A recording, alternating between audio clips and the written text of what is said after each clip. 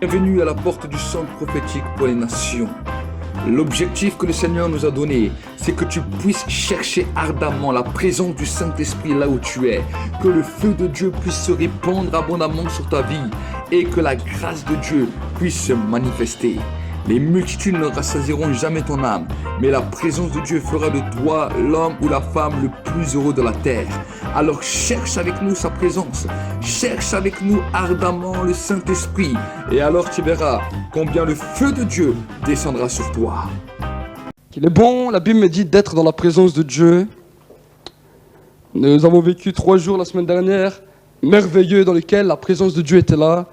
Et encore une sœur qui était venue une première fois me disait, mais je l'avais hier au téléphone, et elle me disait combien elle a été bénie et combien même son état s'est amélioré. Même des gens qui la connaissaient, ils l'ont vue la semaine et ils lui ont dit, quelque chose s'est passé dans ta vie, quelque chose a changé. Et je lui ai dit, ce quelque chose qui a changé, ce n'est pas simplement parce que tu es venu à l'église ici, c'est Dieu qui a touché ta vie, c'est Dieu qui a touché ton être, et c'est cette chose que cette personne a vue. Amen. Elle me disait qu'elle ne savait pas comment manger, qu'elle n'avait pas d'argent, et elle a simplement mis sa foi en Dieu, et elle a reçu de l'argent sur son compte, qu'elle m'a dit, elle-même, elle ne sait pas d'où vient cet argent. Amen. Dieu est le Dieu du miracle, et les miracles qu'il fait, il ne les a pas fait seulement il y a 2000 ans, mais la Bible me dit, il est le même hier, aujourd'hui et éternellement. Amen. Hier encore, nous avons pu voir son action, nous étions à Mulhouse, nous étions à l'hôpital là-bas, où on devait rester pour 20 minutes à l'hôpital, et notre entretien a duré pendant plus d'1 heure et demie. Et on a pu voir des malades qui ont été guéris. On a prié à l'hôpital un monsieur, le beau-père au frère Mouloud, qui était tombé malade, qui n'était pas chrétien, a donné sa vie à Jésus. Il avait cassé aussi sa cheville. On a prié pour sa cheville. Dieu a restauré sa cheville. Devant nous, à l'hôpital, il pouvait de nouveau bouger sa cheville. Et ensuite, on a pu témoigner à des personnes qui étaient autour. On a commencé à prier pour les malades dans l'hôpital. On a commencé à évangéliser dans l'hôpital. Et on a pu voir la gloire de Dieu. Et notre entretien a duré plus d'1 heure et demie le soir. Et nous bénissons Dieu pour ce que Dieu fait. Amen. Dieu est toujours le même, il n'a pas changé. L'homme peut changer, l'homme peut être dur, mais Dieu est toujours pareil. Amen. Je me souviens ensuite, on a prié pour une jeune fille à l'hôpital et il y avait une femme qui était à côté couchée sur le lit. Et quand j'ai fini de prier pour la jeune femme, le Saint-Esprit me dit, va prier pour elle. Et je regarde cette femme qui était couchée sur son lit, qui était découragée. Je lui dis, est-ce que vous voulez la prière, madame? Elle me dit, moi je suis catholique, je ne veux pas, je ne pense pas qu'on peut prier comme ça à 2 ou 3. Moi, je préfère prier seul. Et elle a refusé la prière. Mais ensuite, j'ai commencé à lui parler de la bonne nouvelle. J'ai dit, peu importe qu'elle est catholique, qu'elle est musulmane, qu'elle est n'importe quelle religion. Je lui ai simplement parlé de la bonne nouvelle. J'ai dit, moi, je ne suis pas un religieux. Je vous explique simplement le mystère de Dieu.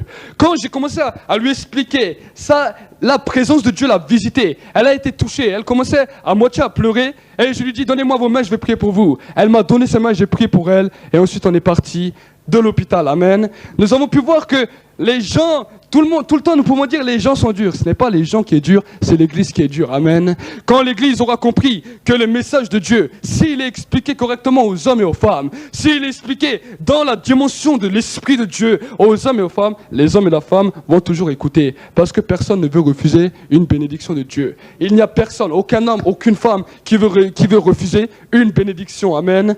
Mais trop souvent, c'est la religiosité qui manipule l'église et qui dit que les gens sont durs, que les gens n'aiment pas l'évangile, que les gens n'aiment pas écouter l'évangile. Ça, c'est la religiosité. Parce que les gens, eux, ne veulent pas de la religiosité. Ils en ont assez. Ils en ont assez de ces discoureurs, de ces religieux. Ils veulent voir quelque chose de vrai. Et cette chose de vrai, c'est la présence du Saint-Esprit qui agit dans les vies. Amen. Et c'est cela que nous sommes appelés. Nous ne sommes pas des religieux. Et je disais encore à un homme hier soir, j'ai dit, on n'est pas des religieux. On parle seulement de ce que Dieu fait et on présente qui est Dieu aux hommes et aux femmes. Et c'est cela le mystère de l'évangile, c'est cela la puissance de la croix, c'est cela la puissance de la résurrection, et c'est ça qui nous fait vivre. Amen. C'est cela que Jésus a dit, allez par tout le monde. Il n'a pas dit, faites des chrétiens partout. Il a dit, allez par tout le monde, prêchez la bonne nouvelle à toute la création. Amen. Et c'est cela le mystère de l'évangile qui nous change. Et nous voulons voir encore aujourd'hui combien Dieu aime son peuple et combien Dieu aime l'homme. Amen. Dieu a appelé un homme qu'on appelle Abraham. La Bible me dit, avant Abraham, il essayait de sauver l'homme par sa justice. Et quand il a commencé à regarder sur la terre entière, La Bible me dit qu'il n'a pas trouvé d'homme juste à part quelques-uns. Et de ces hommes justes sont Noé, de ces hommes justes sont Enoch. Et il y en a eu quelques-uns, mais ils étaient peu nombreux sur la terre. Amen. Et Dieu, quand il a regardé l'homme, la Bible me dit que Dieu a dit que le cœur de l'homme est tortueux et pécheur par-dessus tout. Il a dit, tous les hommes de la terre, vous comme moi, sont pécheurs et sont privés de la gloire de Dieu. Est-ce que vous saisissez? Nous avons pu voir ensemble la semaine dernière qu'est-ce que c'était un pécheur. Amen. Très souvent, nous pouvons voir un pécheur, un homme qui pratique des mauvaises choses, des choses impures, une femme qui pratique des choses impures, des gens qui tuent les gens qui pratiquent les infamies. Nous voyons seulement ce péché-là. Amen.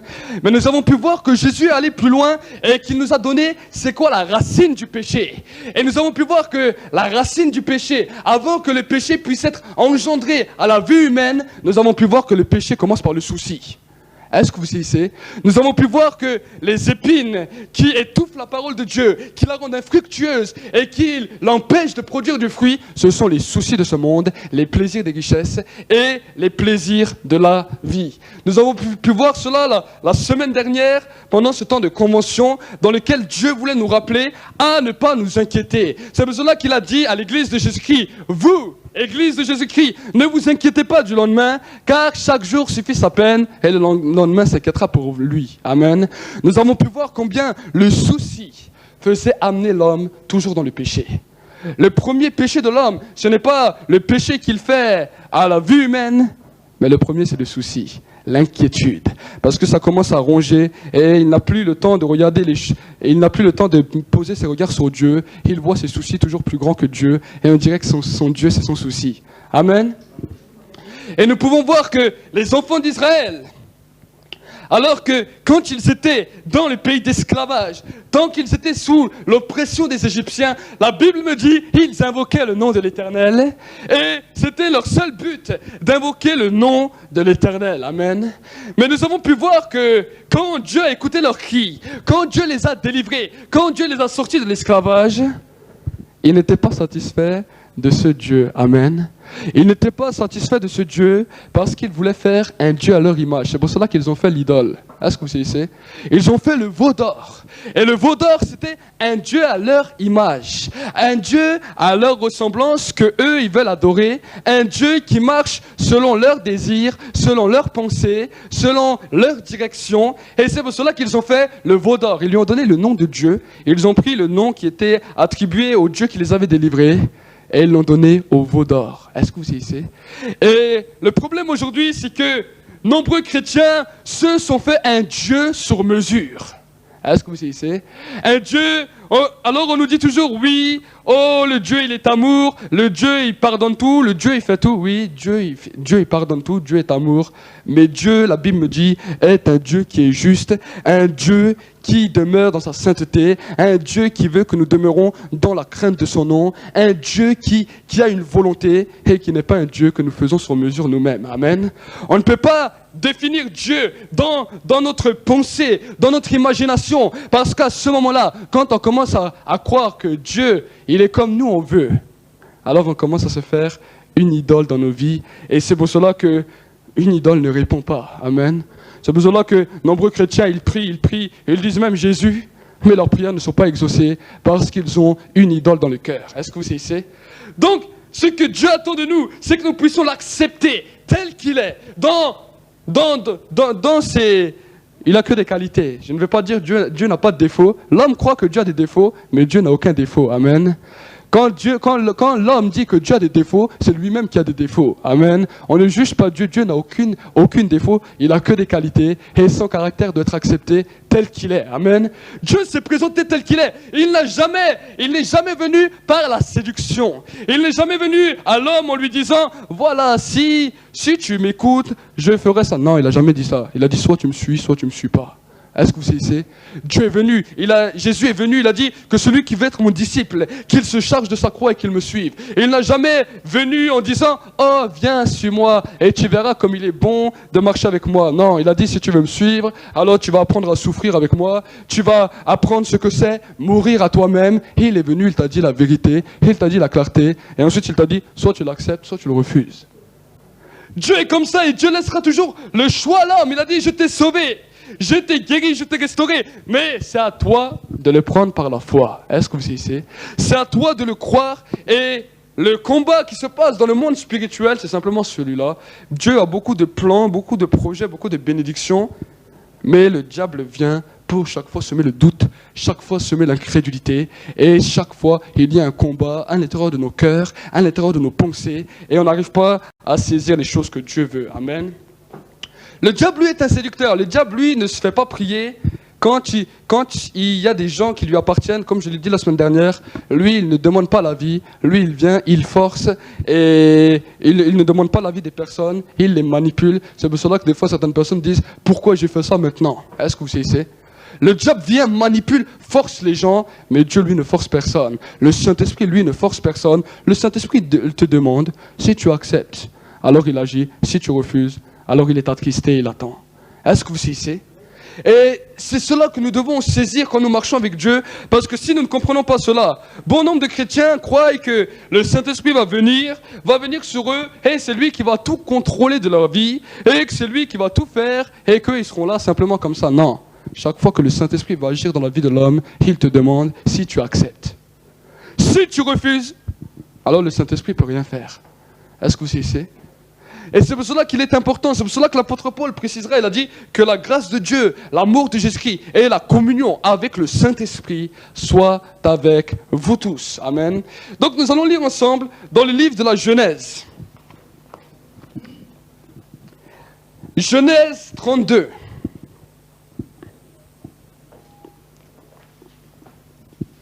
La Bible me dit, le peuple vit que Moïse tardait à descendre de la montagne. Alors le peuple s'assembla autour d'Aaron et lui dit, « Lève-toi, fais-nous des dieux qui marchent devant nous, car ce Moïse, cet homme qui nous a fait monter du pays d'Égypte, nous ne savons pas ce qui lui est arrivé. » Aaron leur dit, « Défaites les anneaux d'or qui sont aux oreilles de vos femmes, de vos fils et de vos filles, apportez-les-moi. » Et tous les gens du peuple se défirent des anneaux d'or qui étaient à leur oreille et les apportèrent à Aaron. 32, Genèse 32. Verset 1er. J'ai commencé au 1er. Ah non, Exode 32. Exode 32. Exode 32. Dans le verset 5. Lorsque Aaron vit cela, il bâtit un autel devant lui et s'écria, « Demain il y aura une fête en l'honneur de l'Éternel. » Le lendemain, ils se levèrent de bon matin, ils offrirent des holocaustes et présentèrent des sacrifices de communion.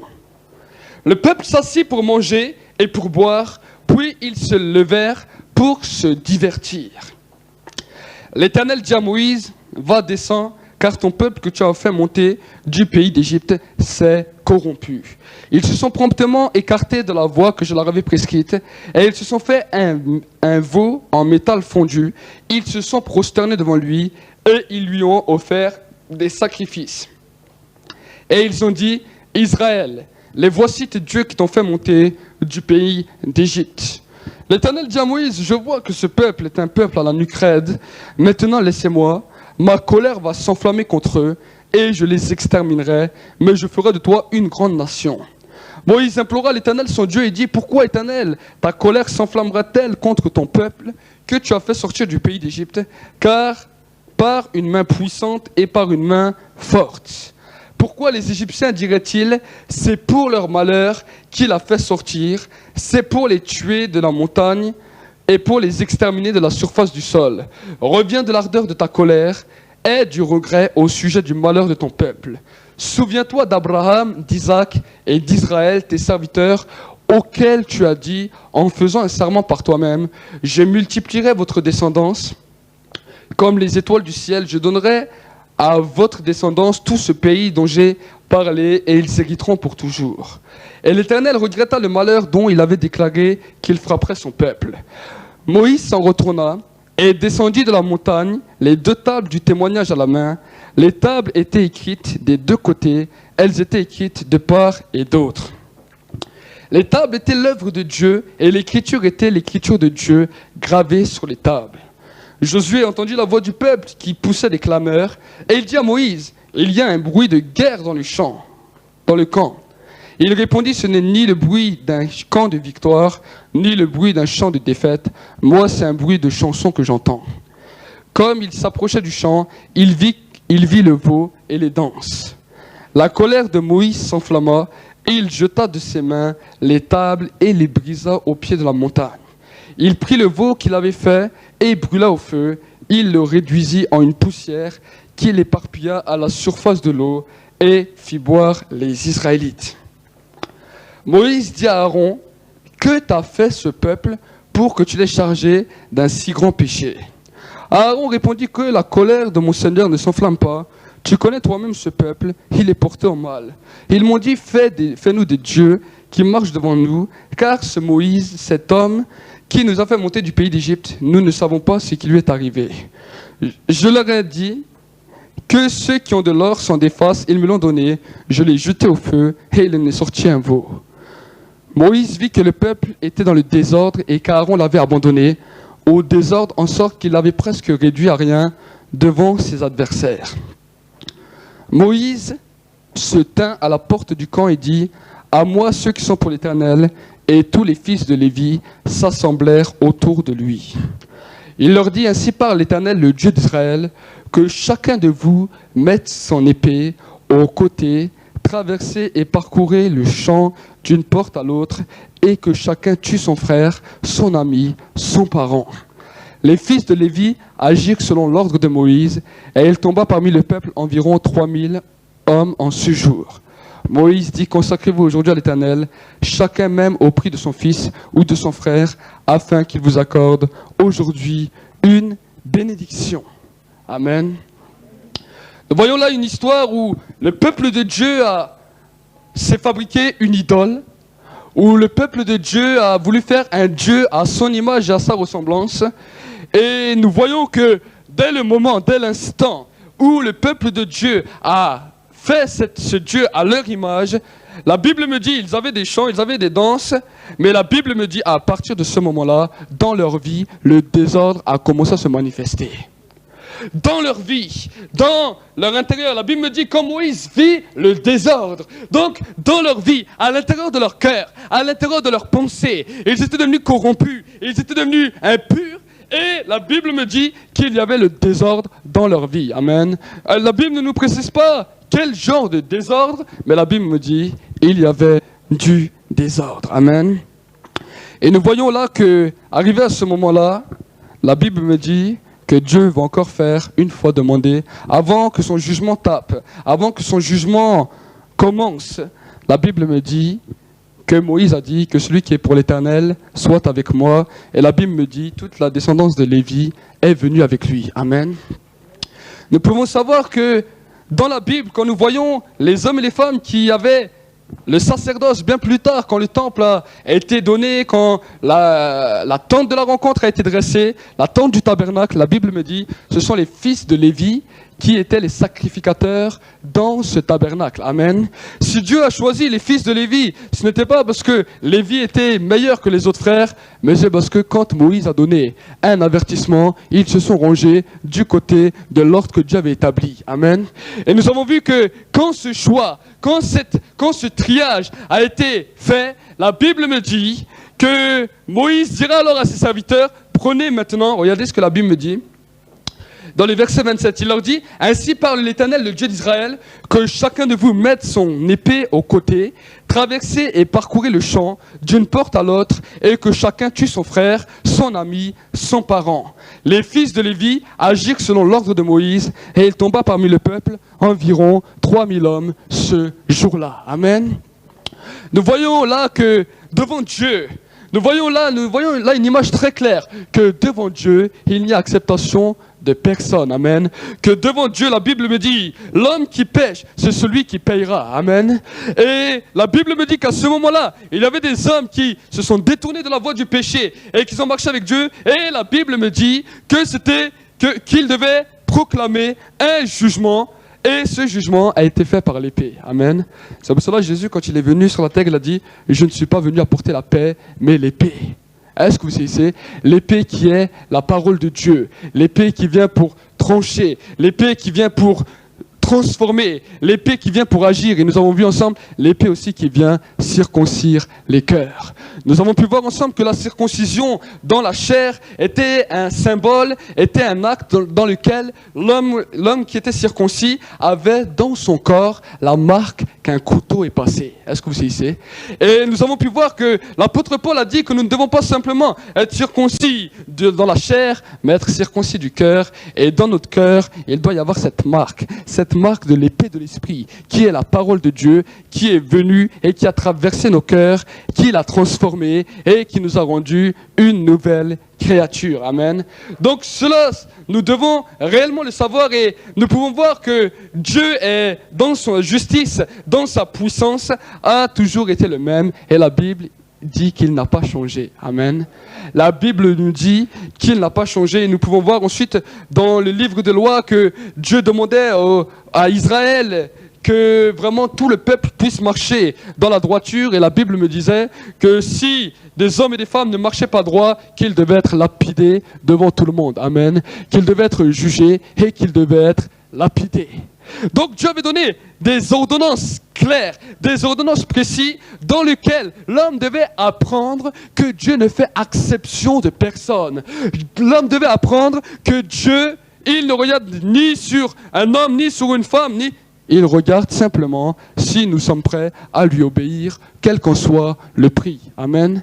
Quel qu'en soit le prix, nous devons lui obéir et que si nous désobéissons, alors Dieu, c'est là lui-même qui se fâche. Et la Bible me dit que les malédictions qui ont frappé les enfants d'Égypte ont été pour eux comme des signes et des prodiges. Est-ce que vous savez? Nous savons qu'il y a des signes et des prodiges, et soit ces signes, ces prodiges qui viennent de la part de Dieu peuvent être des bénédictions dans les signes et les prodiges que Jésus a parlé, ou ça peut être des malédictions terribles, comme les enfants d'Égypte qui ont été frappés par les plaies de Dieu. Amen. Donc, les enfants d'Égypte, eux, ont vu ces signes, eux ont vu ces malédictions comme des signes, des prodiges venant de la part de Dieu. Amen. Donc nous devons saisir cette réalité et cette dimension pour pouvoir marcher étroitement dans le chemin de Dieu. Amen. Nous allons continuer encore. Nous allons continuer encore dans le livre de Psaume. Psaume 93. La Bible me dit, verset 1er, « L'Éternel règne. Il est revêtu de majesté. L'Éternel règne. L'Éternel est revêtu. Il a pris la force pour ceinture. Aussi le monde est ferme. Il ne chancelle pas. Ton trône est établi dès les temps anciens. Tu existes de toute éternité. Les fleuves élèvent ô Éternel. Les fleuves élèvent leur grondement, plus que la voix des grandes eaux. Des magnifiques vagues de la mer. L'Éternel est magnifique dans les lieux élevés. Tes préceptes sont entièrement vrais. La sainteté convient à la maison, ô Éternel, pour la durée des temps. Amen. Donc, là le psalmiste David, sous l'inspiration de l'Esprit, nous a inspiré un psaume dans lequel il nous montre qui est Dieu. Il nous montre combien Dieu est bon, mais qu'est-ce que Dieu attend de l'homme. Amen. Et quand nous sommes réunis dans l'église de Jésus-Christ, quand nous louons Dieu, quand nous l'exaltons, donc il faut savoir ce qu'il se passe. Très souvent, nous ne chantons pas dans un jukebox, nous ne sommes pas des chanteurs de karaoké. quand nous venons adorer Dieu, louer Dieu, nous adorons Dieu et nous reconnaissons qu'il y a un roi qui vient ici. Amen. Aujourd'hui, nous sommes dans des générations où quand un président se lève, quand un roi se lève, quand une personnalité se lève, quand une personnalité importante se lève, les gens sont toujours là par des critiques, par des médisances, par des calomnies. J'entends très rarement que nous pouvons dire toujours des bonnes choses, mais j'entends toujours un peuple plaintif, un peuple qui se plaint. Et devant Dieu, il faut savoir que nous ne devons pas avoir la même mentalité. Amen. La même mentalité. Et c'est pour cela que quand nous sommes dans la maison de Dieu, nous devons l'accepter, Dieu comme il est. Et si tu verras, si tu commences à accepter Dieu comme il est, tu accepteras tout le monde, quel qu'il soit, comme il est. Avec ses défauts, avec ses qualités, tu l'accepteras comme il est et tu ne feras d'abstraction de personne. Est-ce que vous savez? Donc cela, nous devons le saisir parce que dans les civilités, dans les peuples, il y a une mauvaise mentalité qui est venue, la mentalité de la critique. Et nous avons pu voir comment cette mentalité a commencé à se forger parce que cette mentalité, ce sont les religieux qui ont impliqué cette mentalité dans le monde. Tant qu'il n'y avait pas de religieux, alors il n'y avait pas vraiment de loi sur la terre, chacun était sa propre loi. Amen. Mais le jour où la Bible me dit que les lois ont été données à Moïse, à ce moment-là, dans le camp de Dieu, il y avait deux distinctions de personnes. Il y avait les religieux, ceux qu'on appelle les pharisiens, les scribes, ceux qui simplement voulaient honorer la loi et dire voilà, c'est nous qu'on va faire respecter la loi. Et il y avait les hommes et les femmes de foi. Amen. Dieu ne veut pas qu'on soit des religieux, mais Dieu veut que nous soyons des hommes et des femmes de foi. Et pas seulement des hommes et des femmes de foi, mais des hommes et des femmes qui marchons avec son esprit. Amen. Nous avons pu voir que la foi nous justifie. La foi devant Dieu nous justifie, mais la foi ne rend pas l'homme pur. Est-ce que vous savez? La foi ne rend pas l'homme pur. La foi va simplement nous justifier. La Bible me dit Abraham crut et ça lui fut compté comme justice. Mais ce n'est pas à cause de sa justice qu'il était pur. Est-ce que vous savez? C'est pour cela que la Bible, regardez ce qu'il dira. Ô Éternel, dans le dernier verset de le 5, tes préceptes sont entièrement vrais. La sainteté convient à la maison, ô Éternel, pour la durée des temps. Et c'est pour cela que la Bible me dit que Jésus donnera une recommandation à son Église et il dira soyez saints comme je suis saint. Autrement dit, la sainteté de Dieu ne réside pas simplement dans la foi. Parce que la Bible me dit qu'il y aura un jour devant Dieu des hommes et des femmes qui viendront et qui diront Seigneur, n'avons-nous pas chassé des démons en ton nom? N'avons-nous pas cru en ton nom? N'avons-nous pas prophétisé en ton nom? N'avons-nous pas fait de grandes choses en ton nom? Et la Bible me dit, Dieu dira en ce jour-là, retirez-vous de moi, hommes qui commettez l'iniquité. Et nous avons pu voir dans le livre d'Ésaïe 55 que l'iniquité, ce n'est pas celui qui pêche. Dieu désigne l'homme pécheur en deux catégories. L'homme qui pratique ouvertement le péché avec son corps, celui-là, on l'appelle le méchant. Et la Bible me dit de l'homme inique. L'homme inique qui ne pratique pas le péché avec son corps, mais qui le pratique dans ses pensées, qui le pratique dans son cœur. Et ça, c'est ce qu'on appelle l'iniquité. Et ce que Dieu veut, c'est que nous puissions devenir purs, sans plus cette iniquité qui est attachée à nos cœurs, attachée à nos pensées, attachée à nos raisonnements. Mais il veut que nous puissions avoir un cœur pur et un esprit bien disposé. Et pour cela, il a dit, c'est pour cela qu'il a envoyé son esprit sur la terre. Et quand nous sommes dans la présence de Dieu, c'est à nous de pouvoir ouvrir notre cœur à Dieu. Amen. Nous avons pu voir que nous pouvons soit sortir de la présence de Dieu transformés, soit sortir de la présence de Dieu pire que quand nous sommes entrés, parce que simplement, on n'a pas ouvert notre cœur à Dieu. Est-ce que vous savez? Donc, quand la présence de Dieu est là, quand l'onction de Dieu est là, quand nous sentons sa présence, c'est à ce moment-là où toutes les choses mauvaises à l'intérieur de nous commence à remonter à la surface. J'explique qu'est-ce qui se passe pendant les temps des fois de louange, pendant les temps d'adoration, où l'homme est confronté à une simple réalité de sa propre personne, dans lequel plein de choses mauvaises commencent à monter à la surface. La présence de Dieu est là, la présence de Dieu est palpable, et autour, il y a beaucoup de choses mauvaises à l'intérieur de nous-mêmes qu'on veut que personne ne sache. Est-ce que vous savez? Mais si cela se produit de cette manière, c'est que Dieu fait venir tout ce qui est caché dans nos cœurs, à la lumière. Tout ce qui est ténèbres dans la présence de Dieu devient lumière. Et c'est à ce moment-là que nous-mêmes, en tant qu'enfants de Dieu, nous devons simplement ouvrir nos cœurs et ne pas refuser. Amen. Ne pas refuser à ouvrir nos cœurs et ouvrir simplement nos cœurs et laisser Dieu nous transformer. Amen. Et nous pouvons voir que si nous ouvrons nos cœurs, il a dit, je suis à la porte des cœurs et je frappe. si quelqu'un entend ma voix, ouvre la porte, j'entrerai chez lui et je souperai avec lui et lui avec moi. Et moi et le Père, nous ferons nos demeures chez lui. Donc, quand nous sommes dans le temps de louange, quand cette présence vient de cette manière, c'est ce message-là qui est là. Jésus dit, je suis à la porte de ton cœur. La porte d'entrée de ta maison, c'est ton cœur. Hey, je suis en train de frapper. Est-ce que tu m'ouvres?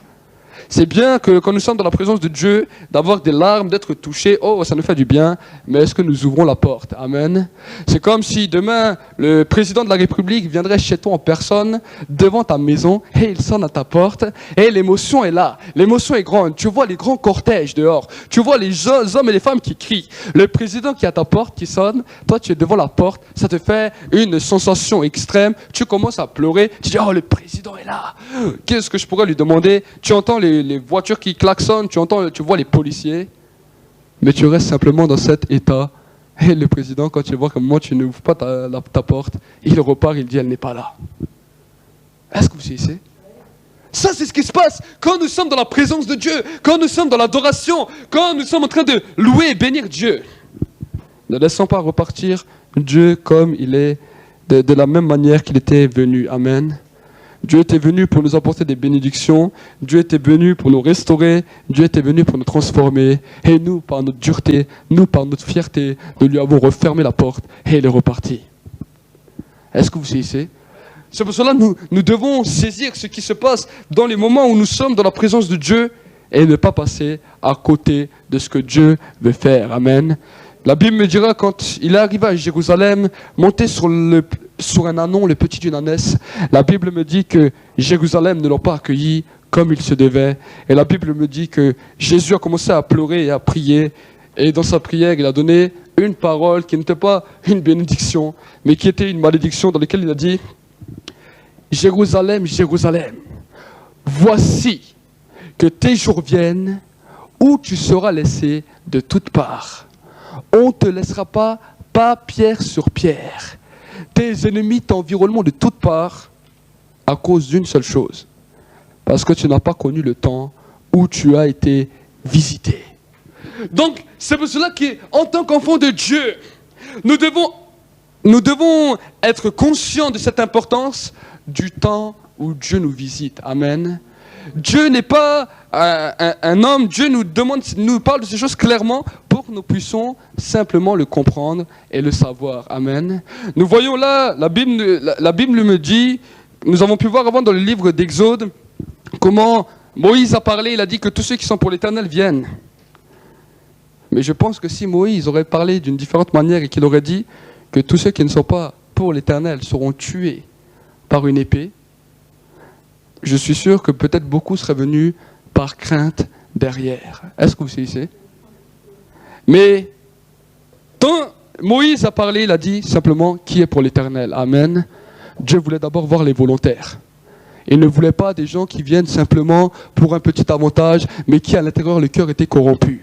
Est-ce que vous saisissez? Dieu ne veut pas des gens qu'on doit obliger de faire ceci ou obliger de faire cela. Dieu veut des hommes et des femmes volontaires pour lui. Est-ce que vous saisissez? Dieu veut des hommes et des femmes volontaires. Et c'est pour cela que quand il était sur la terre, il n'a obligé personne de le suivre.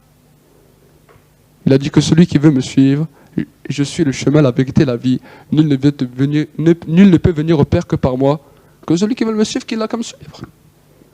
Ça, c'était le raisonnement et la mentalité de Jésus dans lequel ses disciples se sont accrochés, ses disciples ont tenu et dans laquelle c'est Dieu lui-même qui a fait une séparation. Amen.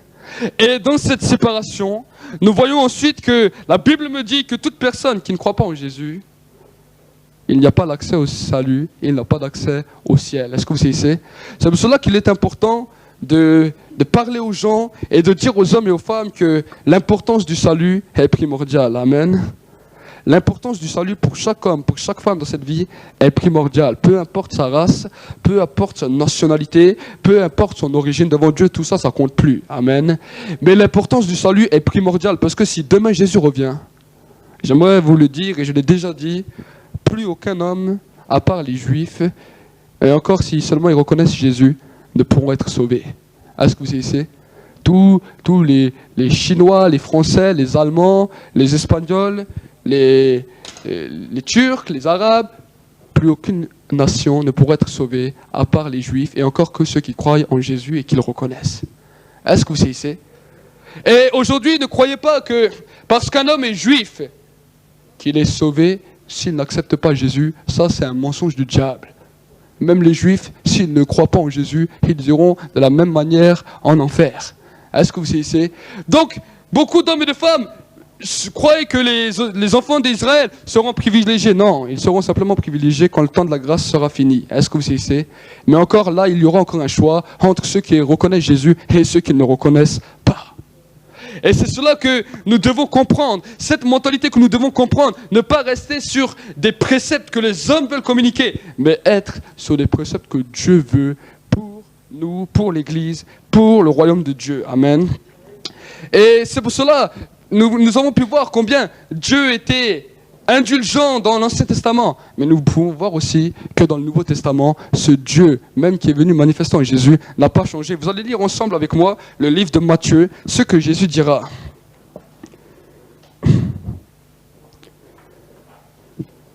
La Bible me dira dans le livre de Matthieu 7, verset 12. Tout ce que vous voulez que les hommes fassent pour vous, vous aussi faites-le de même pour eux, car c'est la loi et les prophètes.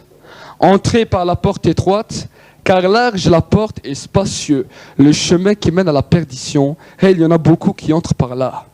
Mais étroite et resserrée, la porte, le chemin qui mène à la vie, et il y en a peu qui la trouvent. Gardez-vous de faux prophètes, et ils viennent à vous comme des brebis, mais au-dedans ce sont des loups ravisseurs. Vous les reconnaîtrez à leurs fruits. Cueille-t-on des raisins sur des épines ou des figues sur des chardons? Tout bon arbre porte de bons fruits, mais le mauvais arbre produit de mauvais fruits. Un bon arbre ne peut porter de mauvais fruits, ni un mauvais arbre porter de bons fruits. Tout arbre qui produit pas de bons fruits est coupé et jeté au feu. C'est donc à leurs fruits que vous le reconnaîtrez. Amen. Donc, le même Dieu qui a agi avec Moïse dans le temps avec les enfants d'Israël dans le désert, est le même, il n'a pas changé. Et ce n'est pas parce que Jésus est mort sur la croix que l'entrée pour le ciel est devenue plus facile. Est-ce que vous savez? La Bible me dit que la porte qui amène à la perdition est grande et spacieuse. Mais la Bible me dit que le chemin qui mène au ciel, la porte qui mène vers le ciel est étroite, et en plus non seulement elle est étroite, mais elle est resserrée. Chaque fois que nous continuons à avancer, le chemin se resserre toujours plus. Il ne s'agrandit pas, il se resserre toujours plus. Amen. Pourquoi le chemin se resserre toujours? Jusqu'à ce que le cordon d'argent se coupe et que nous montons au paradis, rejoindre notre Seigneur. Amen. Un cordon d'argent, un fil d'argent. Je ne sais pas comment qu'il est étroit. Est-ce que vous savez? Et c'est ça qui tient notre vie. C'est pour cela, il y a un proverbe qui dit notre vie ne tient qu'à un fil. Est-ce que vous savez? Et le chemin du Seigneur va aller jusqu'à ce fil. Alors, je ne sais pas si c'est une ficelle, si c'est un fil, quelle est la grosseur de ce fil, mais je sais que c'est très fin, très petit. Amen. Et vous vous imaginez si nous-mêmes, avec notre corpulence, même qu'on soit gros, même qu'on soit fin, même s'il y a une personne qui est toute petite sur la terre, j'aimerais vous dire qu'il n'a quand même pas la taille d'un fil, la taille d'un cordon. Est-ce que vous savez? Et c'est pour cela que la Bible me dit que celui qui veut être sauvé, qu'il doit apprendre à mourir à lui-même, parce que lui-même ne peut pas porter sur ce chemin. Soi-même ne peut pas être porté sur ce chemin. Est-ce que vous savez? Ton poids, le poids de ta personnalité, le poids de ton caractère, et en plus si on rajoute le poids des soucis, ne pourra jamais être retenu sur ce chemin. Est-ce que vous savez? Alors c'est pour cela que nous devons nous dépouiller de notre vieille nature de vivre, qui est le souci. Amen. Les premières choses qu'on se dépouille, ce sont nos soucis, nos chagrins. Amen. Nous avons pu voir des gens qui, dans les temps des fois de délivrance, qui avaient fait des péchés et qu'ensuite ils ont été délivrés du péché. mais qu'ils n'ont pas su porter à Dieu leurs soucis. Ils ont été délivrés de leurs péchés, délivrés de leurs pièges. Mais nous avons pu voir qu'au bout d'un moment, ils se sont de nouveau laissés attraper par le souci et ils ont commencé à repêcher. Ce n'est plus qu'ils étaient liés au péché, mais c'est eux-mêmes qui n'avaient pas déposé leurs soucis, leurs tracas devant Dieu, et par cela le diable est venu les séduire. Est-ce que vous saisissez? Mais quand dans notre tête, quand dans notre cœur, nous avons déposé nos soucis, nos fardeaux, et que chaque jour, quand le diable vient en te disant, voilà, tu as un tel et tel souci, commence à reconnaître qui c'est qui vient attaquer à ce moment-là. Amen. Commence à reconnaître qui c'est qui vient attaquer, et dis, Seigneur, je n'ai pas de souci parce qu'il est à toi. Ce souci, c'est pas moi, c'est toi. Et c'est cela, ne plus vivre nous-mêmes, mais laisser Christ vivre en nous. C'est laisser Dieu s'occuper de nos soucis, de nos problèmes, de nos situations et de les laisser agir. Amen. Très souvent, ce n'est pas Dieu qui ne veut pas agir. Très souvent, c'est nous qu'on veut tellement trouver une solution par notre force, par notre intelligence, que Dieu alors te laisse faire. Et tu portes le poids de ta propre force. Tu portes le poids de ton propre fardeau. Est-ce que vous saisissez? Et ce n'est pas Dieu qui devient ton soutien, c'est toi-même qui veux être ton soutien. Et Dieu a dit, je ne donnerai jamais ma gloire à un homme. Amen. Et si nous voulons voir la gloire de Dieu, non seulement dans nos vies, non seulement dans nos situations, alors nous devons apprendre à mourir à nous-mêmes et à nous décharger sur celui qui a tout porté à la croix de Golgotha. Amen. Nous devons le reconnaître simplement par la foi et commencer à entrer dans cette mentalité. Je ne te dis pas que ça va être facile, parce que depuis l'enfance, nous pouvons voir que dans diverses situations, dans diverses civilisations, les hommes ont appris aux gens dès leur jeune âge à se soucier, à penser à leur avenir, à penser à ceci, à penser à cela. Et nous pouvons voir que les gens grandissent avec toujours plus de soucis, toujours plus de projets, mais ces projets ne sont pas vraiment des projets pleins de joie, c'est des projets pleins de soucis. J'ai ce projet, mais comment je vais y arriver? Est-ce que vous saisissez? Et les hommes sont tourmentés, et nous voyons que le diable continue à mettre à cette tourmente un poids à l'humanité. Et ce poids à l'humanité, nous pouvons le voir par les informations. Regardez les informations et dites-moi combien de bonnes nouvelles il y a dans les informations. Le diable commence à mettre à l'homme un souci, une peur de la famine, une peur de manquer de quelque chose, une peur de manquer de tout, une peur de n'avoir plus rien. Et les hommes et les femmes dans le monde entier sont apeurés par ce que le diable est en train de faire dans le monde. Est-ce que vous savez? Et Jésus, quand il dira cela, qu'on ne doit pas s'inquiéter, il veut mettre une protection spéciale sur l'Église et mettre une Église différente. Amen. Que les hommes et les femmes voient que nous avons un comportement différent, une façon de penser différente, un raisonnement différent, parce que nous, notre pensée ne vient pas de nous-mêmes, mais c'est une pensée de Dieu. Amen. La Bible me dira dans le livre de l'Ancien Testament, montagne de Zorobabel, ce n'est ni par ta force, ni par ton intelligence, mais c'est par mon esprit, dit l'Éternel. Amen. Et nous pouvons voir que Dieu, dans tous les principes de la Bible, il nous donne chaque fois des directives pour comment vivre, comment nous placer en lui et comment faire quand nous avons un problème dans une situation, dans une autre. C'est pour cela qu'il est important de lire sa Bible pour savoir qu'est-ce que Dieu nous demande et qu'est-ce que Dieu attend de nous quand nous nous retrouvons dans une situation très spéciale ou dans laquelle le diable veut venir avec le souci. Amen. Si nous ne savons pas comment Dieu veut qu'on se mette, dans quelle position Dieu veut qu'on se mette, alors on sera ignorant. Et la Bible me dit, mon peuple périt parce qu'il lui manque la connaissance. Est-ce que vous savez? Et quand nous lisons la Bible, alors le Saint-Esprit nous montre, voilà, tu as vu, tu as telle et telle situation dans ta vie.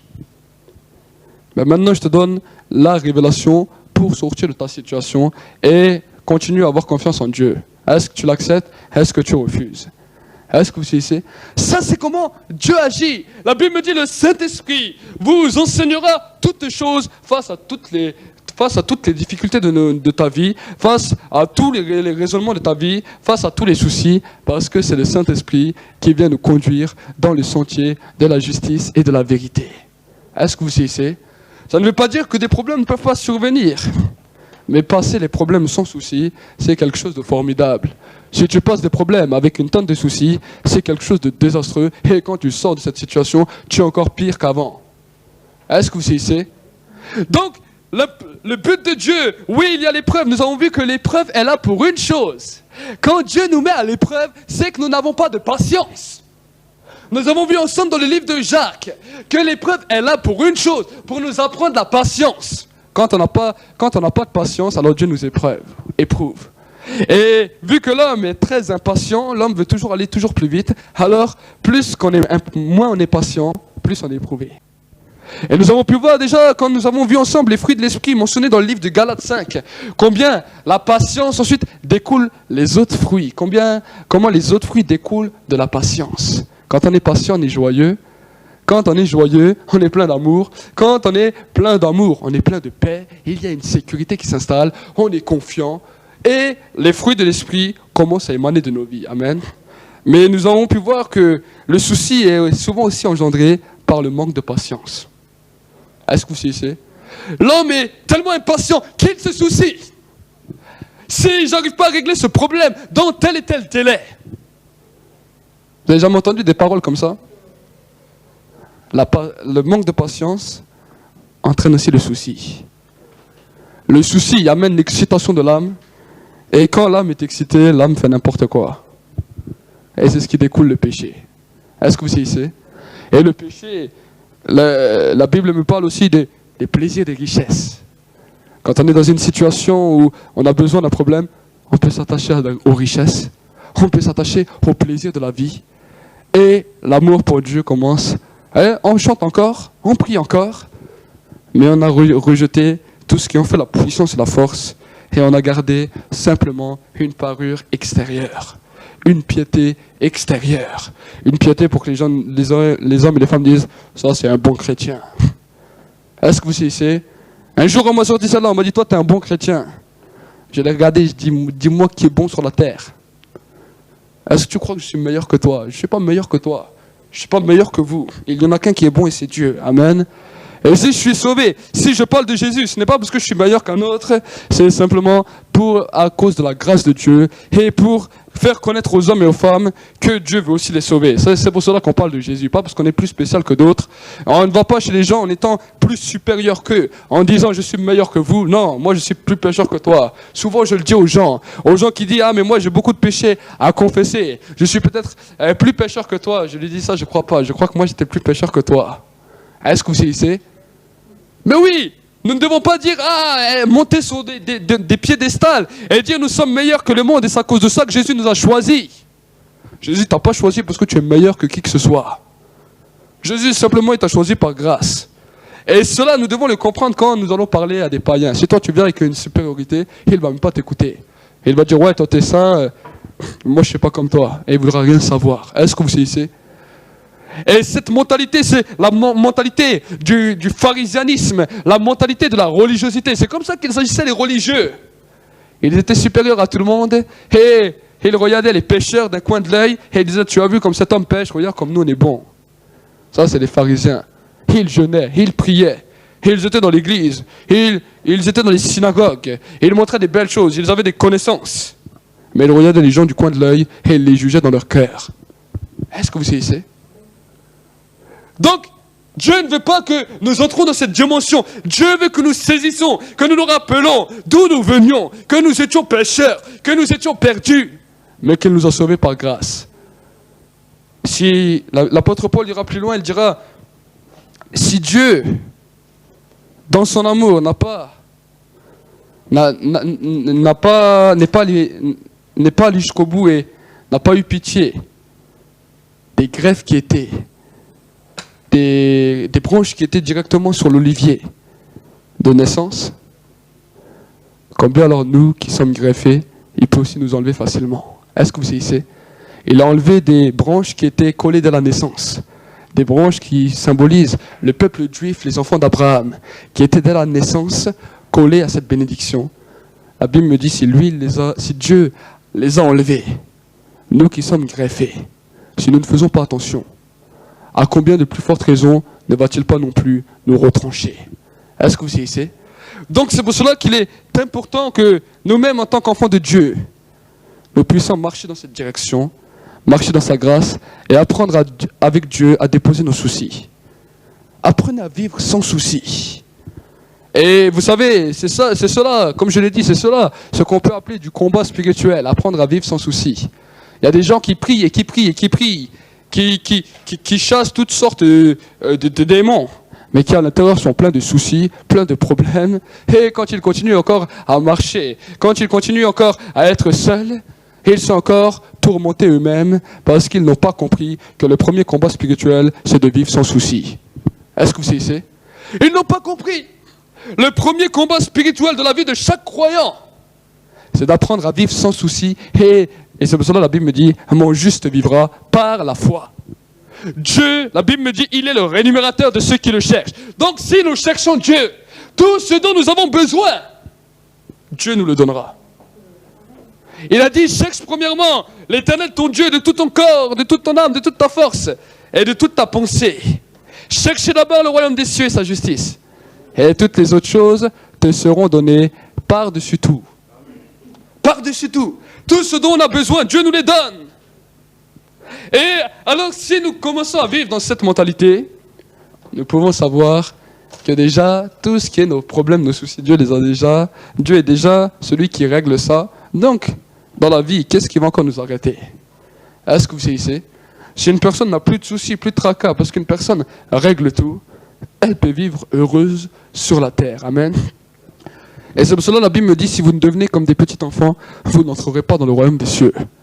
Des fois je regarde mon fils, quand je regarde les enfants, je peux voir que les enfants n'ont pas de soucis. Eux, ils ne se demandent pas ce que demain ils vont manger. Est-ce que vous savez? Et ils ne vont pas se dire, mais demain, est-ce qu'il y aura à manger dans le frigo? Je sais simplement que quand il a faim, il crie simplement, et ensuite on vient avec la maman, et on vient lui donner à manger. Est-ce que vous savez? On sait qu'il a faim. Et on sait que parce qu'il a faim, donc on va lui donner de la nourriture. Et on sait qu'il y a toujours de la nourriture quand il a faim. Est-ce que vous savez? Et Jésus a dit, vous qui êtes si méchants, vous savez donner de bonnes choses à vos enfants. À combien de plus fortes raisons le Père ne vous donnera pas ce que vous demandez si vous lui demandez? Est-ce que vous savez?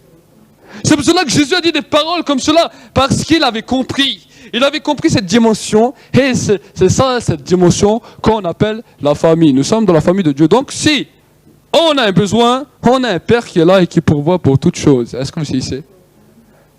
On a un Père qui est là, qui pourvoit dans toutes choses. Et quand nous comprenons cette dimension, on lui fait simplement confiance. Et on commence à apprendre à sortir de cette mentalité qu'on nous a appris de soucis. Amen. Quand tu déposes tes soucis à Dieu, remercie à Dieu pour tous ces problèmes parce que lui les a résolus. Amen. Remercie-le simplement. Ne dis pas toujours, Seigneur, pourquoi ci, pourquoi ça, et patati et patata. Ne sois pas lamenteur. La lamentation a tué les enfants d'Israël et les a laissés dans le désert. Est-ce que vous savez? Dépose tes soucis à Dieu. Et dis, Seigneur, tu vois, j'ai tel et tel souci, mais je te le donne. Et je vais faire un effort, alors que moi, je voulais toujours tout essayer de réussir. Par moi-même, là, je n'arrive plus. Est-ce que vous savez? Tant que tu essaieras par ta force, tu n'y arriveras jamais. Et Dieu te laissera. Et tant que tu agiras par ta force, tu auras toujours plus mal, et Dieu permettra cela pour que tu comprennes de faire confiance à lui. Est-ce que vous savez? Tant que tu veux jouer la tête dure, être plus fort que Dieu, à vouloir tout pouvoir résoudre, tu n'arriveras plus rien à résoudre, mais ce sera la catastrophe, ce sera le désastre, parce que toi, tu veux essayer par toi-même. Est-ce que vous savez? Mais quand tu commences à laisser agir Dieu, alors au début, le diable vient. Il va dire, mais tu es fou, mais tu es folle. Regarde tes problèmes. Et toi, tu veux vivre comme si tu n'avais rien. Comme si tu n'avais pas de soucis, comme si tu n'avais pas de travail. Là, ça, c'est le diable. Mais regarde ces problèmes. Si tu dis même ça à des gens, ils vont te plaindre. Mais nous devons le combattre par la parole. Nous nous reposons sur celui qui est le rocher de notre salut et on sait qu'on ne manquera jamais de rien. Amen. C'est dans ces temps où le diable venait confronter David, où le diable voulait détruire David, que David a commencé à écrire les psaumes. Pourquoi? Parce qu'il a appris à avoir confiance à Dieu. Et la Bible me dit qu'il a été appelé l'homme selon le cœur de Dieu. Est-ce que vous savez? Est-ce que vous comprenez? Saoul, lui qui était roi, la Bible me dit, il a été rejeté. Mais la Bible me dit, David a été appelé l'homme selon le cœur de Dieu. Parce que toute sa vie, peu importe quel problème il avait, il a dit, tant que je me suis tué, mes os se consumaient. Tant que nous nous taisons, nos os vont se consumer. Et nous pouvons voir que très souvent, les soucis amènent également la maladie. Est-ce que vous savez? Les soucis, les problèmes amènent la maladie, amènent l'oppression, amènent la dépression. Et les hommes et les femmes sont tourmentés seulement à cause du souci. Est-ce que vous savez? Et ils ont l'impression qu'ils, dans ce temps-là, qu'ils sont seuls au monde, qu'il n'y a plus rien, ni plus personne. Mais c'est à ce moment-là de pouvoir lever les yeux vers le ciel et de faire confiance à Dieu. Amen. Dieu a dit, je résiste à l'orgueilleux, mais je fais grâce à l'humble. Est-ce que vous savez?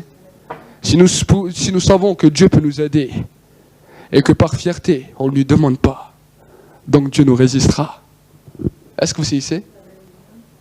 Si nous savons que Dieu peut nous aider et on ne lui demande pas et on ne laisse pas faire, donc Dieu va nous résister parce qu'on est orgueilleux. Amen. Donc, il est important, il a dit, mais je fais grâce à l'humble. Non seulement de donner le souci à Dieu, le problème à Dieu, mais de le laisser agir comme lui veut. Amen. Il y a encore d'autres gens qui veulent donner les soucis à Dieu, mais qu'ils veulent être les directeurs de Dieu. Seigneur, je te donne ça, mais alors tu dois faire comme ci, comme ça, comme ça. Avec Dieu, il n'y a pas de condition. Est-ce que vous savez? Dieu, il n'y a pas de condition. Il me dit, soit tu me donnes, soit tu ne me donnes pas. Si tu viens encore pour vouloir me commander, alors reprends ton problème. Dieu, c'est lui qui est le directeur. Dieu, on ne le commande pas. Est-ce que vous savez? Dieu, on peut lui proposer, mais on ne le commande pas. C'est pour cela que Jésus, quand il était au jardin de Gethsémane, il a dit, Père, s'il est possible que cette coupe s'éloigne de moi, il lui a donné une proposition.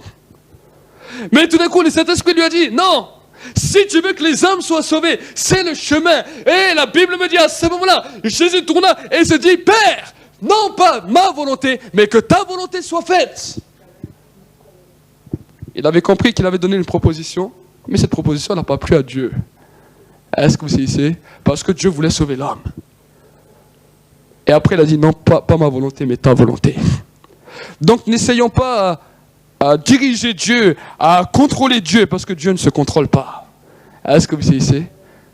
Qui est l'homme pour pouvoir contrôler Dieu?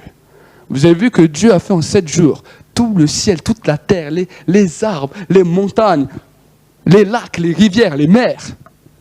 Quand toi tu te mets à côté d'un océan, regarde comment tu es petit. Quand tu te mets à côté d'une forêt ou d'une montagne, regarde comment tu es petit. Et la Bible me dit, le ciel est son trône et la terre c'est seulement un marchepied.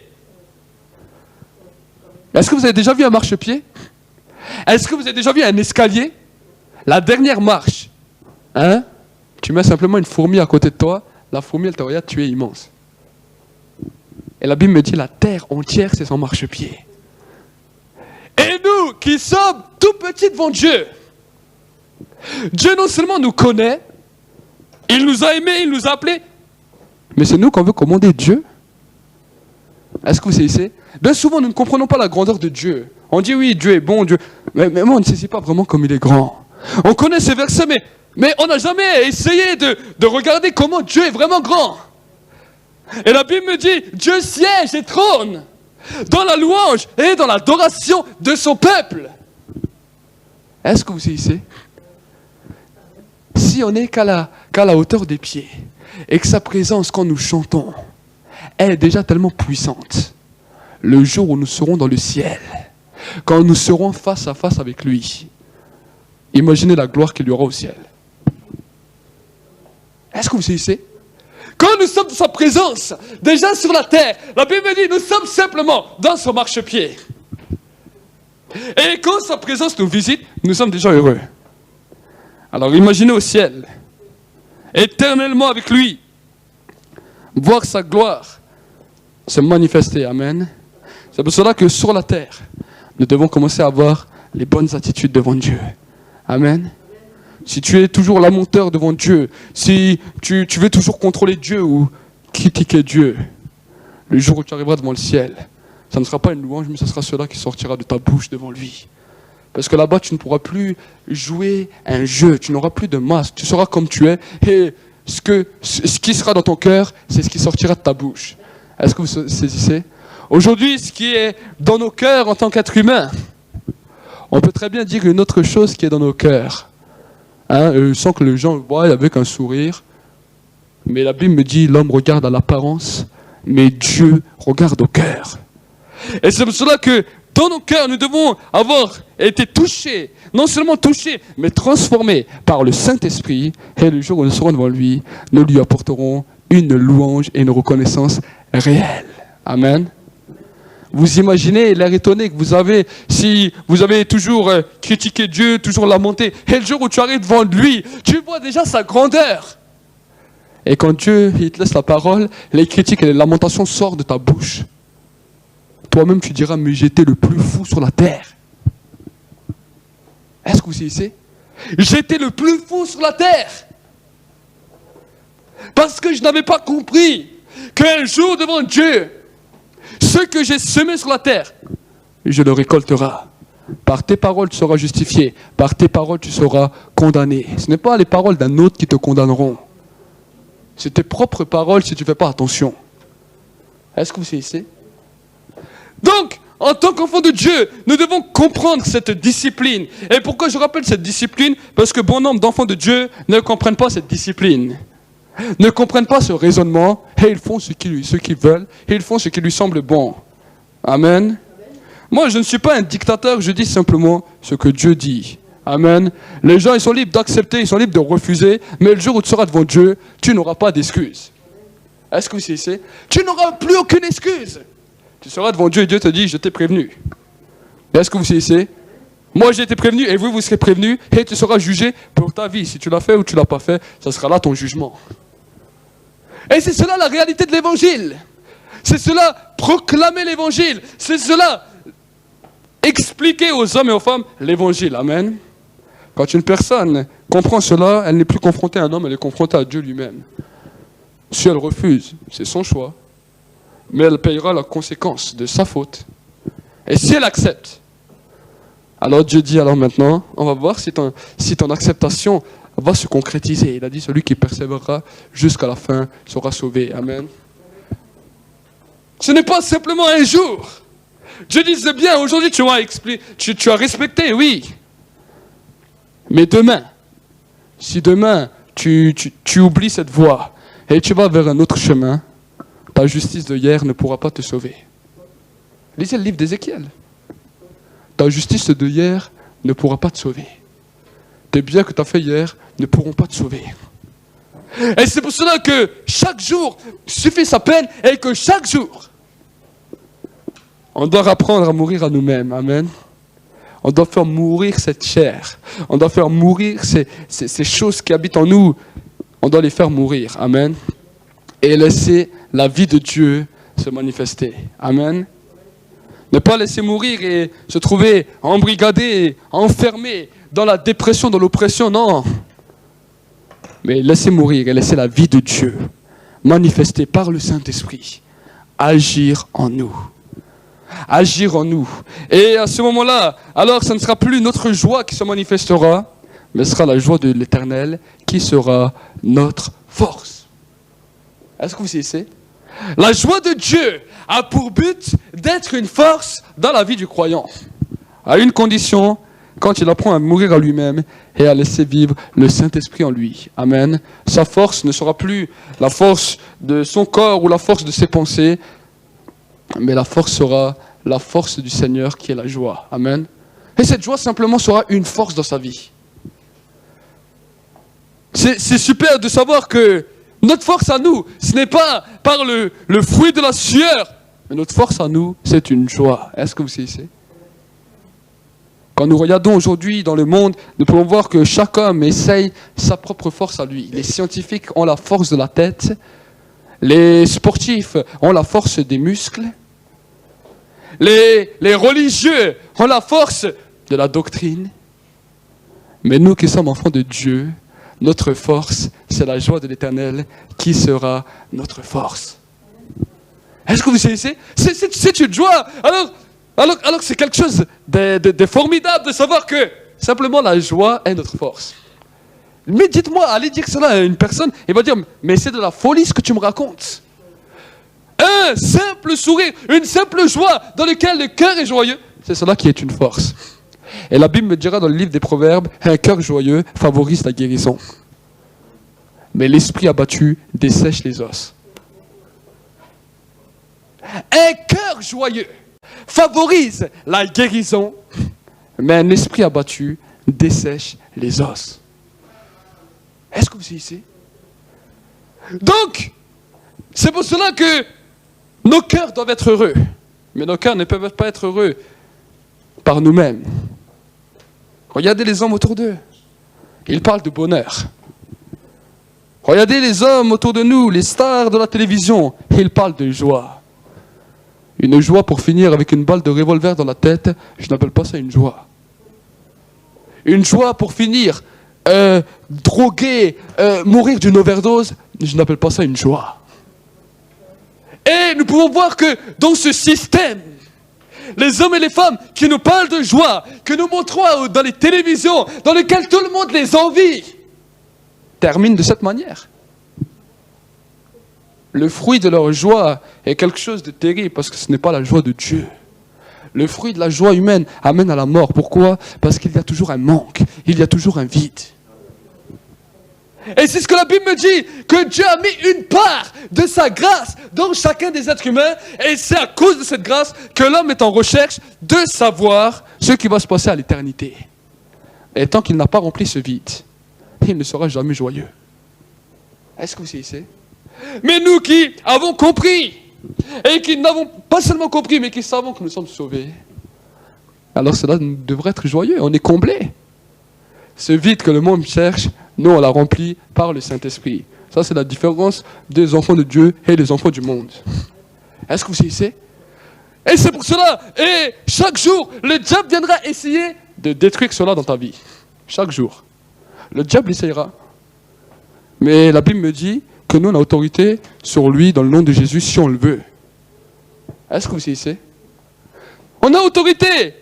Elle a dit, les séjours des morts ne prévaudront pas contre vous. Hein, quand nous voyons les gens du monde, ils ont peur de la mort, comment un chrétien peut avoir peur de la mort? Est-ce que vous saisissez? Et nous devons rentrer dans cette dimension de victoire. Nous devons rentrer dans cette dimension dans laquelle, quand on adore Dieu, quand on loue Dieu, quand on lui a tout donné, on est joyeux. En toutes choses. Est-ce que vous saisissez? Et quand Dieu nous éprouve, Seigneur, c'est vrai, j'ai reconnu, j'étais pas patient encore. J'ai pas de patience. Alors tu m'éprouves encore une fois. Est-ce que vous saisissez? L'épreuve produit la patience. Mais si nous, on refuse l'épreuve, donc on refuse la patience. Sachant que la patience allait produire une sécurité terrible dans ta vie. Toi, tu refuses ce qui a produit une sécurité. Et tu préfères les soucis de la vie. Est-ce que vous saisissez? La Bible me dit, la parole de Dieu qui tombe dans la bonne terre, c'est celui qui entend la parole avec un cœur bon et honnête, qui porte du fruit. Un grain 30, un autre 60, un autre 100. Est-ce que vous saisissez? Mais le cœur de l'homme ne peut seulement que devenir bon et honnête si on a enlevé ses épines. Ces épines du souci, ces épines de tracas, ces épines des plaisirs de la vie, ces épines de plaisir des richesses. Est-ce que vous saisissez? Et je ne dis pas que c'est facile, mais c'est là qu'il faut apprendre à mourir à soi-même et à se faire violence à soi-même. Seuls les violents s'emparent du royaume des ciels. Il faut avoir cette détermination. Si demain Jésus part, je sais que je serai avec lui. Pourquoi? Parce que mes péchés, non, mes soucis d'hier, mes tracas d'aujourd'hui, je lui ai donné. Ça ne va pas me retenir sur la terre. Est-ce que vous saisissez? Je lui ai donné. Alors apprenez à lui donner. Et si vous n'avez jamais encore appris à lui donner, alors commencez par une petite chose. Est-ce que vous saisissez? L'homme a toujours peur. On dit à l'homme de donner des choses à Dieu, l'homme a toujours peur. Ah, mais si je donne ça à Dieu, qu'est-ce que Dieu va faire avec ce que je lui donne? Est-ce que vous saisissez? Si je donne ceci à Dieu, qu'est-ce qu'il va faire quand je lui donne? Ben, commence à lui donner et tu verras combien il est bon parce qu'il aime l'obéissance. Amen. Il a dit l'obéissance vaut mieux que les sacrifices. L'obéissance vaut mieux que tous les sacrifices. Si on fait beaucoup de sacrifices et on est peu obéissant, alors ça ne nous sert à rien. Ça ne nous sert à rien. Mais si on fait peu de sacrifices, mais qu'on obéit simplement, quand Dieu nous demande de nous donner, alors on sera heureux et sa joie fera notre force. Est-ce que vous saisissez? Les religieux, ils n'ont pas compris ça. Les religieux, ils font beaucoup de sacrifices, mais peu d'obéissance. Et au bout d'un moment, ils n'ont plus de joie, ils sont aigres, et ils sont démoralisés. Est-ce que vous saisissez? Alors, parce que, pour faire passer leur message, ils deviennent méchants. C'est ça ce qu'on appelle la guerre des religions. Est-ce que vous saisissez? Ils deviennent méchants, parce qu'ils essayent de faire tellement de choses, tellement de sacrifices qu'ils n'y arrivent pas. Alors ils essaient que les autres font la même chose. Si moi je suis puni, les autres doivent être aussi punis. Est-ce que vous saisissez? Si moi j'ai ça, les autres doivent aussi être comme ça. Ça, c'est pas une doctrine qui vient de Dieu. Ça, c'est une doctrine qui vient de Satan. Il a dit, si moi je vais en enfer, alors j'emmène la terre avec moi. Ça, c'est la pensée de Satan. Et en tant qu'enfant de Dieu, nous-mêmes, en tant qu'enfants de Dieu, nous ne devons pas penser de cette manière, car cette pensée ne vient pas de Dieu. Est-ce que vous saisissez? Ce n'est pas un raisonnement qui vient de Dieu. Si j'ai un problème, tout le monde doit avoir des problèmes. Ça, c'est pas une mentalité qui vient de Dieu. Est-ce que vous saisissez? Si j'ai des problèmes, c'est parce que Dieu veut me rendre patient, veut que j'apprenne à lui déposer pour que je connaisse sa joie. C'est simplement ça. Alors ne commence pas à marcher comme les religieux, à parler comme les religieux, mais change de mentalité. Entre dans ce que Dieu te demande. L'apôtre Paul dira, soyez transformés par le renouvellement de l'intelligence. Ne laisse pas ton intelligence passive. Ne laisse pas ton intelligence à t'aveugler. Parce que si tu laisses ton intelligence passive à t'aveugler, ton intelligence va te perdre. Est-ce que vous saisissez? Ton intelligence peut te perdre. L'intelligence humaine, c'est ce qui perd l'homme. Regardez autour de vous. Regardez ce qui se passe dans le monde. Combien l'intelligence humaine est en train de tout détruire. Hein? Alors ils se font tous peur avec leur arme nucléaire. Si tu ne fais pas ça, j'appuie sur le bouton. Regardez l'intelligence humaine. Si tu ne fais pas ce que je te dis, ça c'est l'intelligence humaine. Est-ce que vous saisissez? Qui est basée sur la peur, qui est basée sur la frayeur, qui est basée sur le chantage. Avec Dieu, il n'y a pas de choses comme ça. Dieu n'agit pas du tout de cette manière et il n'agira pas du tout de cette manière. Est-ce que vous saisissez? Dieu n'a jamais fait de chantage à un homme. Il a dit, je te laisse choisir. Choisis la vie ou choisis la mort. Est-ce que vous saisissez? Mais quand tu as choisi, fais ton choix. Tu ne pourras accuser personne. Est-ce que vous saisissez? Ça, c'est comment Dieu agit. Choisis la vie, choisis la mort. Sachant qu'en choisissant la vie, tu dois apprendre à laisser vivre la vie de Dieu en toi. Mais si tu choisis la mort, vis comme tu voudras, fais ce qui te semblera, mais tu porteras toi-même le poids de ta propre faute. Est-ce que vous saisissez? Donc, Dieu veut responsabiliser chaque homme et chaque femme. Le problème, c'est que on veut bien responsabiliser les frères, on veut bien responsabiliser les sœurs, on veut bien responsabiliser les pasteurs, on veut bien responsabiliser tout le monde. Du moment que ce n'est pas nous qu'on doit se responsabiliser, alors c'est bien. Est-ce que vous saisissez? Mais devant Dieu, la Bible me dit qu'il n'y a pas d'acceptation de personne.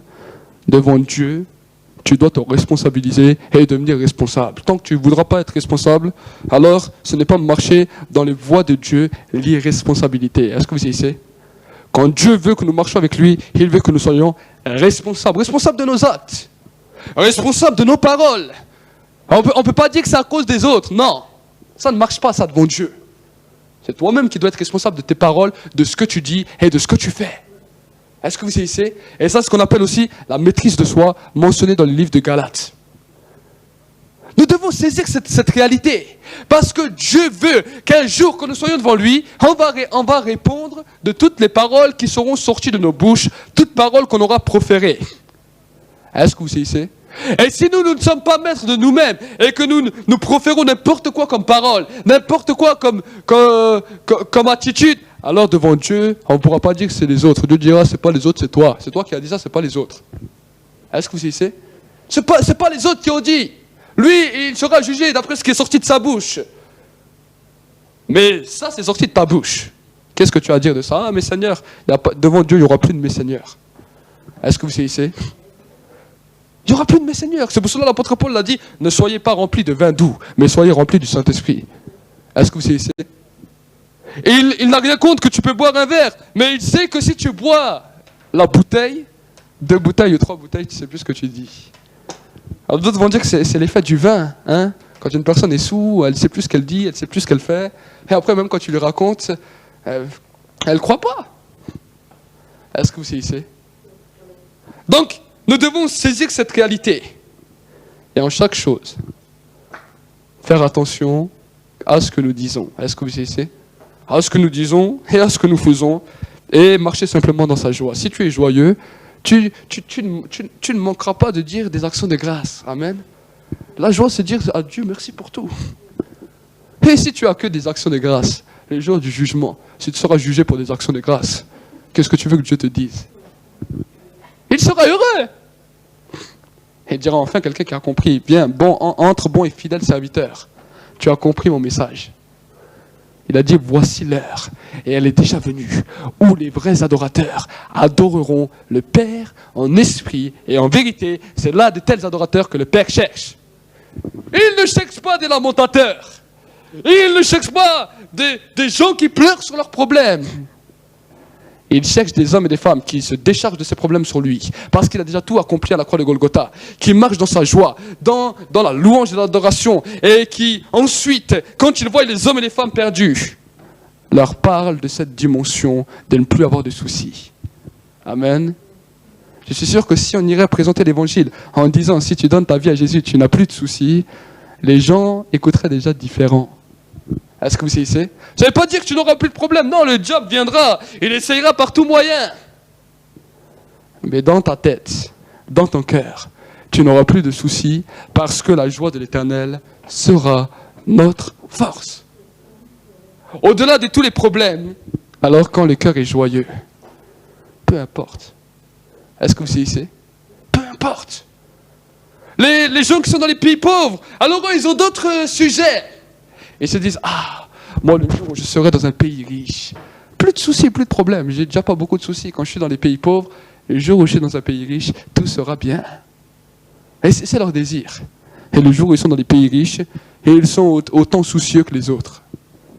Les gens qui sont dans les pays riches diraient, ah, si je serais seul sur une île, si je serais dans telle situation, je serais bien. Si tu n'es pas bien dans ta situation maintenant, tu ne seras jamais bien. Est-ce que vous savez? C'est ça le souci. Dire, ah, cette situation, ça me conviendra. Cette situation, je serai bien. Est-ce que vous savez? Mais Dieu veut que dans n'importe quelle situation que nous passons, ou que nous soyons dans le monde, qu'on soit en France, en Amérique, en Chine, en Russie, qu'on dit, Seigneur, je suis heureux parce que c'est toi qui as voulu que je sois là, et je suis dans ta joie.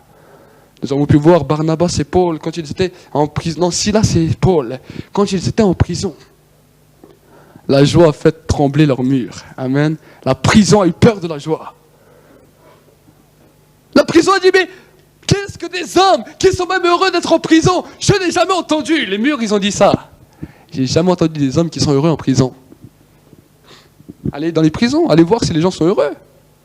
Demandez aux prisonniers s'ils sont heureux d'être en prison. Ils sont obligés de se droguer, et ils sont obligés de fumer, ils sont obligés de prendre des substances pour ne pas voir le temps passer. Est-ce que vous savez? Et ils sont malheureux, déprimés. Encore aujourd'hui, nous avons la télévision.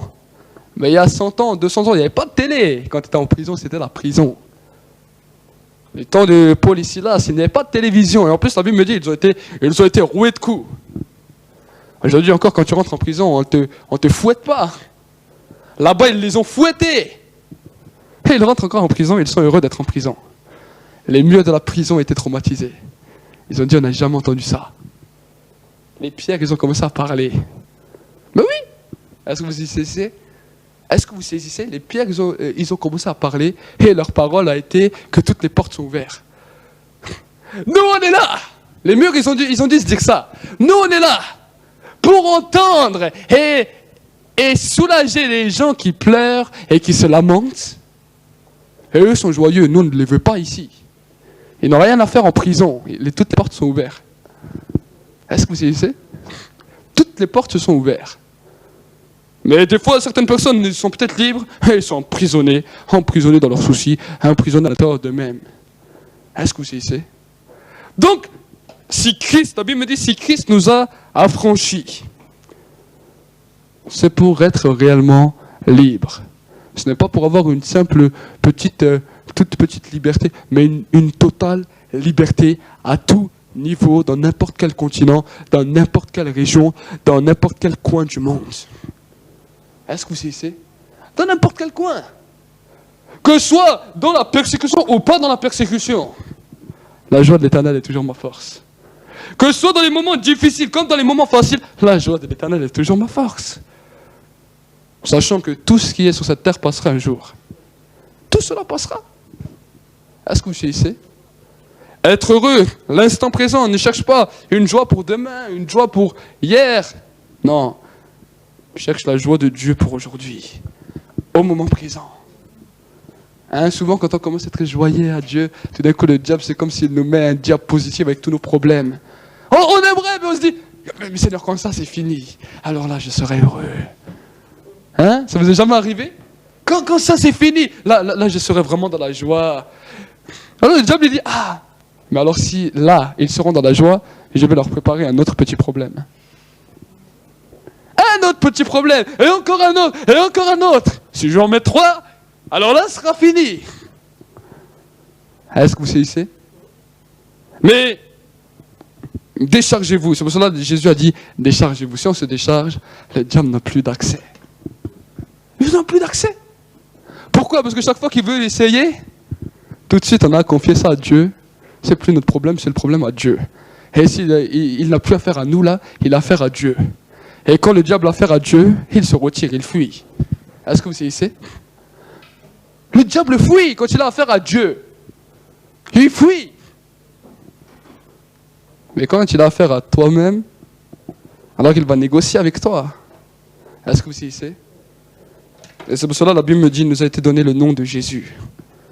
Pour qu'il n'a pas affaire à nous, mais qu'il a affaire au nom de Jésus. Le nom de Jésus, c'est comme un sceau qui était conféré à l'Église. Un sceau d'autorité. Un sceau de puissance. Un sceau de gloire. Est-ce que vous saisissez? Un sceau qui était dans le temps de la royauté. C'était une bague. Est-ce que vous saisissez? Quand un roi conférait une autorité à une personne, il lui donnait ce qu'on appelle un sceau, c'est-à-dire une bague qui était à lui et dans lequel il mettait le sceau, le tampon. Les gens reconnaissaient que l'autorité vient de Dieu, vient du roi. Est-ce que vous saisissez? Et ce même sceau, Dieu nous l'a donné. Ce sceau, c'est le nom de Jésus. Amen. Mais c'est à nous de comprendre les principes, comment lui-même fonctionne, comment Dieu fonctionne et comment il veut que nous fonctionnons. Parce que si on ne sait pas comment fonctionner dans ce monde, on sera bouffé par ce monde. Est-ce que vous saisissez? Mais Jésus n'est pas venu pour que nous soyons bouffés par ce monde. Il est venu pour que nous soyons sauvés du monde et vainqueurs du monde. Vainqueur du monde. Vainqueur du monde. Vainqueur de ses convoitises. Vainqueur du péché. Tant qu'on n'est pas vainqueur des soucis, on n'est pas vainqueur du péché. Est-ce que vous saisissez? Et tant qu'on n'est pas vainqueur du péché, alors on continue à travailler pour être vainqueur du péché. Amen. Prions ensemble.